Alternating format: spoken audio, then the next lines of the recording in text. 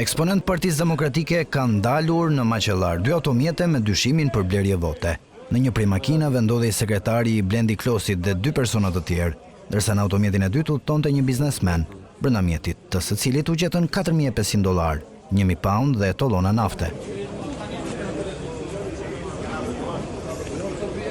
Në pamje nga ngjarja shihet një numër i shtuar i militantëve të PD-s, të cilët nuk i kanë lënë automjetet largohen deri në momentin që ka mbritur prokuroria, e cila ka kryer dhe kontrollet e nevojshme. Ndërkohë, policia e Dibrës ka njoftuar se mbrëmjen e 9 majit ka marrë një telefonat denoncimi nga Xhemal Gjungshi, kandidat për deputet në radhët e Partisë Demokratike, i cili ka pretenduar se përfaqësues të Partisë Socialiste po shpërndanin para në këmbim të votave në njësinë administrative Maqellar. Menjëherë pas sinjalizimit në terren është dërguar një grup i posaçëm hetimor i policisë, i cili në drejtimin e SPAK dhe prokurorisë së rrethit ka kryer veprimet e para procedurale dhe hetimore. Sipas njoftimit zyrtar të policisë, materialet janë referuar pranë SPAK për veprën penale, korrupsioni aktiv në zgjedhje, ndërsa në hetim janë përfshirë edhe militantët e PD-s për veprat vetgjyqësia dhe pengimi i qarkullimit të mjeteve të transportit rrugor.